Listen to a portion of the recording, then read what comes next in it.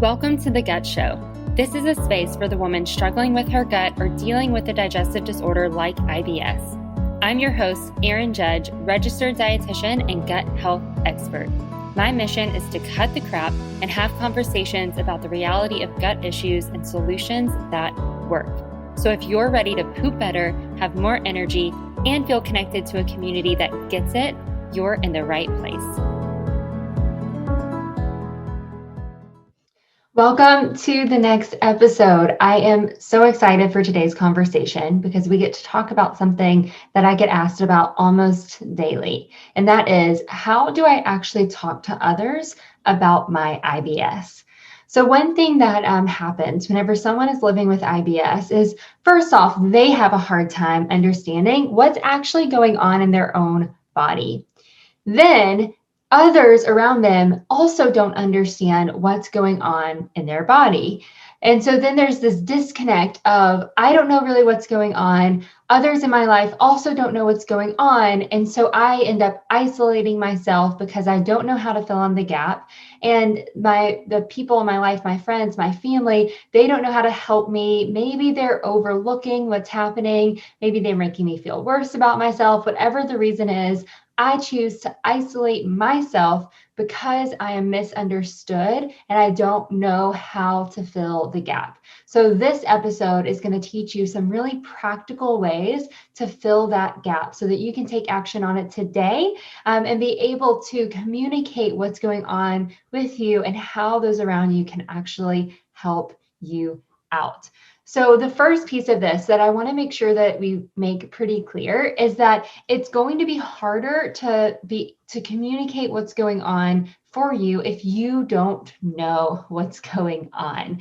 And so I want to make sure that we're really clear about that, because I think it's important to say that some of these tips might be hard to take action on if you don't know what's going on. And that's the value of working with credible professionals that you connect with that might be able to help. At Getivate, we are a nutrition counseling practice that does serve clients one-to-one and in a group setting. And we teach our clients exactly what's going on. We help them figure out their own unique puzzle so that they know exactly what they need. And the communication piece will actually come out of that in a better way. So if that is you, and if you do need to fill in the gap of that first step, then make sure that you check out our show notes and schedule a complimentary consult call to see if we might be a good fit for you or what options that you may have out there.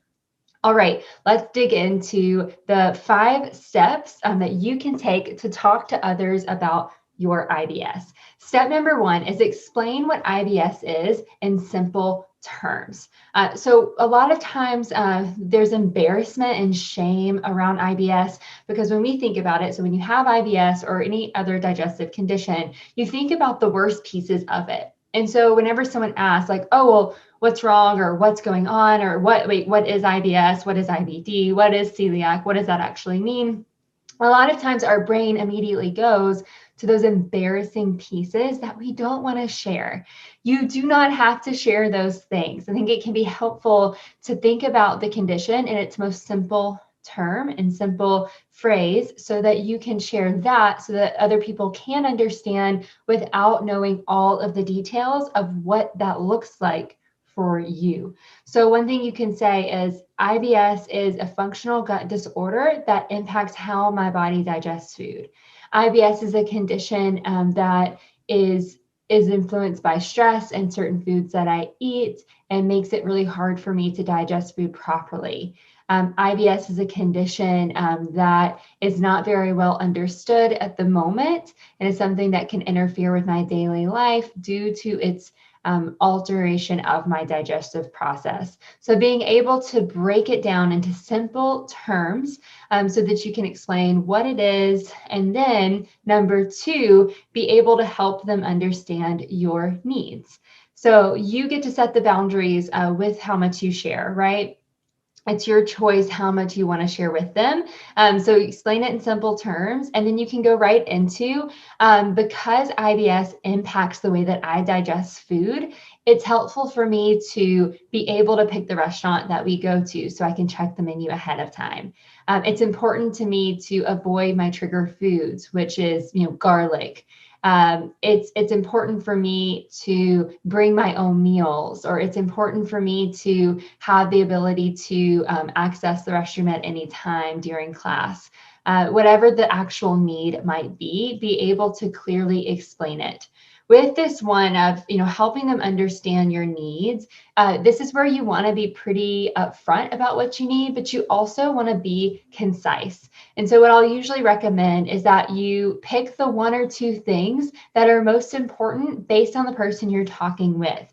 So if you're talking to your mom who is, helping prepare meals for you, then you might specify, certain trigger foods that you have or substitutions you would need her to make for you.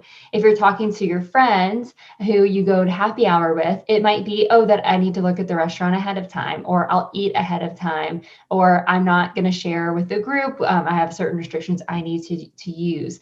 If it's a significant other that maybe wants you to do more active things together, then you might mention certain activities that work for you or do not work for you well. So being able to tailor those needs to the person that you're talking to will help them process what you're saying and be able to act on it. In time, what you can do is add to that list if you need to, but on the front end, it's helpful to keep it short. This isn't about them, being overwhelmed and they can't possibly take on that task of helping. Most people want to help. It's just keeping it clear for them so that they can understand and take action with you. Remember how it felt whenever you were diagnosed and all the information that came your way. It was a lot and made it really hard to know what step to actually take. And so you want to keep these needs short. So number one, explain what IBS is in simple terms. Number two, help that person understand your needs. Number three, give them a solution to help you.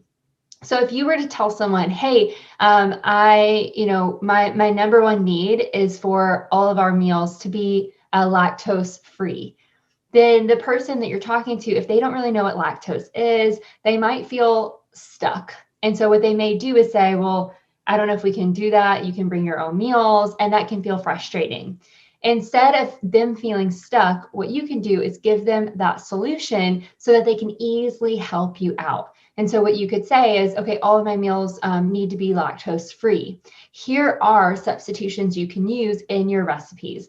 Lactose-free milk. These are lower lactose cheeses. These are the dairy-free alternatives that I go for. Like really being able to provide that information of here is the solution to help. With cooking, this is very important because this will help them be able to make those substitutions and not feel like it's so confusing and lost. I see this a lot with garlic and onion. It's like, well, how do I cook without garlic? Oh, here's how we can infuse oil and then take the garlic out. These are some alternatives that add similar flavors that we can use. Being able to give them that solution is very important.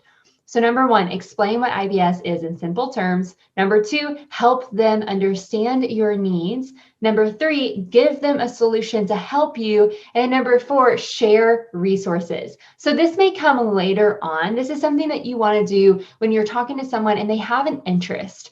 A lot of times that interest may have them asking you personal questions, and you're welcome to answer them. If you don't feel comfortable answering the personal questions, being able to provide resources for that person to go learn when they're feeling that desire for more information can be helpful for them to truly get it and also be able to support you well. So this is where you might share the Monash University app if you're following the low FODMAP diet and someone in your life is so interested in making substitutions for you. Maybe you share your favorite recipe developer or blogger that you would like for them to get inspiration from for recipes and meals. Maybe you share just the Monash University blog. Maybe you share my blog, your favorite Instagram account, someone who is sharing credible, clear information about IBS, about your condition, and about different things that would be helpful for them to understand. This helps also take some of that pressure off of you to educate them completely on what's going on.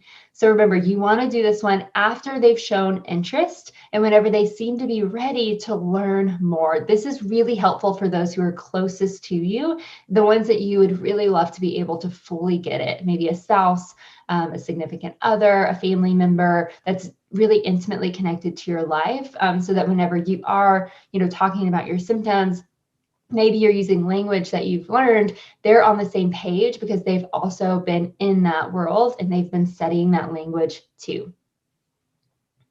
So number one, explain what IBS is in simple terms. Number two, help them understand your needs. Number three, give them a solution to help you. Four, share resources. And number five, our last step of this is to allow them to ask questions and clarify. So this is the last stage. Once they have shown empathy, once they have shown interest, once they have shown that they are willing to take action, they respect you, they honor you, they value what's happening in your life, and they truly care, this is where you may open the door for them to ask questions and clarify what they're learning to your personal experience. And so it might take this step-by-step process. Everyone has their own comfort level. This is where a lot of the isolation gets broken down because you're able to share in a safe way. So you've already been able to educate to where they know, okay, you're not making this up, you're not exaggerating, you're not joking, like this is something that's serious. This is something that seems to be pretty complex. And so then whenever you say, okay, do you have questions for me? Is there anything I can clarify about my experience for you to be able to help me? And so that's where they might ask you about the specifics of your symptoms, and you can, share honestly. And what you want to do here is when you have that space where you're able to open up the conversation is be brave and vulnerable. It's so important that those in your life truly understand what you are going through. And so it can be helpful to break down that wall of maybe shame or that wall of, well, I don't want to over complain. I don't want to seem high maintenance. Break that wall down and share honestly and openly with them so that they truly get it, because this is the place where they're solidifying everything that they've learned so far, and they're actually trying to see things from your perspective.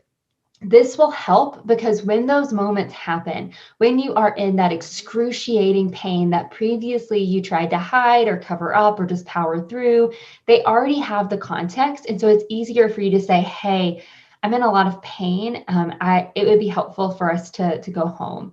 Then they're not questioning you, laughing, or getting frustrated. They already know because you talked about it. And so they are ready to walk out the door with you to make sure that you have the comfort that you need to feel your best. So just a quick recap on the tips of how to talk to others about IBS. Explain what IBS is in simple terms. 2, help them understand your needs. 3, give them a solution to help you. 4, share resources. And 5, allow them to ask questions and clarify.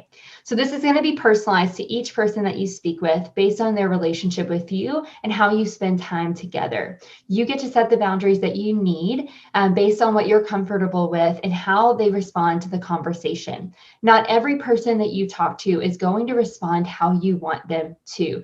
Not every person is going to be supportive. So I have a few tips on what to do when they aren't supportive. And again, this is going to be individualized based on your value that you've placed in that relationship and how much you want to try to mend it or keep it together. So first is communicate how it makes you feel. Remember, break down the walls, be vulnerable, be honest, and tell them exactly how it makes you feel. And don't blame. And we're pointing fingers, you did this wrong. That doesn't help, right? That's not a communication style that helps resolve conflict. Instead, say, hey, when you say this makes me feel like this. When you make a joke about my symptoms or say that, I need to get over it, or you seem frustrated, like what that makes me feel like is that my body is not valid, or my feelings are not valid, whatever it might be able to communicate how it makes you feel. After that, set the boundary. You get to set your own boundaries. And so clearly say, hey, I understand that this is not something that you deal with. It is something that I deal with. And so my boundary here is that you won't make fun of the way or you won't make fun of my symptoms, or my boundary is, whenever I say that I am in extreme pain, that you believe me and that you don't get frustrated with me because it's out of my control. Whatever that boundary may be, you want to set it clearly. Then you want to enforce the boundary. If you set a boundary but you don't enforce it, sometimes that leads to like, oh, well, you said this and then, you changed your mind, or it must not be that bad because last time you didn't care. It's really important to make sure that you enforce the boundary, especially with those that aren't trying to respect the boundary. And then walk away when you need to. This one is hard, especially for those that are close to you, but your life is short. There's only so much in your life, and you're already working hard to get the most out of your life with your condition. And so this is a big piece that you want to own and be confident in, and that's walking away when you need to. And again, you might do this as the first step when someone doesn't respect you or isn't supportive, like maybe a date or something. But for those who are close, like your family members, this might take longer to get to, and you may choose to communicate, set the boundary, enforce the boundary multiple times before you get there. But know that it's okay to walk away when you need to if people are not being supportive for you and aren't prioritizing you in that relationship. So I hope that this is a helpful conversation. This is something I'm very passionate about. I've lived through this as well. I help clients through this, and I can say personally and in my experiences with my clients, being able to communicate about your IBS, being able to set those boundaries, that will bring you a level of confidence in who you are and will also help pull you out of the isolation much quicker. You'll be surprised at how many people in your life truly want to help you and truly want to be a value add to you. They care. And so being able to talk about it gives you so much more freedom because you have that support on your side. If you don't have that support, know that we are here to help. Show notes, schedule a consult, and we can talk about that and get you into a community that can support you, which is also in our community Facebook group. So what I would love to see you do today, as always, leave a review, share what you took away. But I would love for you to actually go into the Facebook group called The Gut Community on Facebook. Find us and then share maybe how you've used this. Share your story, successful or maybe not. I would consider it successful even if you find those who don't support you, but share it so that we can encourage you. We can cheer you on, and we can all share different stories to gain momentum to begin practicing this even more. So I see you, I hear you. I am so thankful that you showed up today and that you spent this time with me. I hope you have an amazing rest of your day, and I will see you in the next episode. Do you like what you heard? Leave us a review. Do you want to connect with others in this community? Join our Facebook group, The Gut Community, or follow us on Instagram. All links can be found in show notes. Thank you for listening, and we will see you next time on The Gut Show.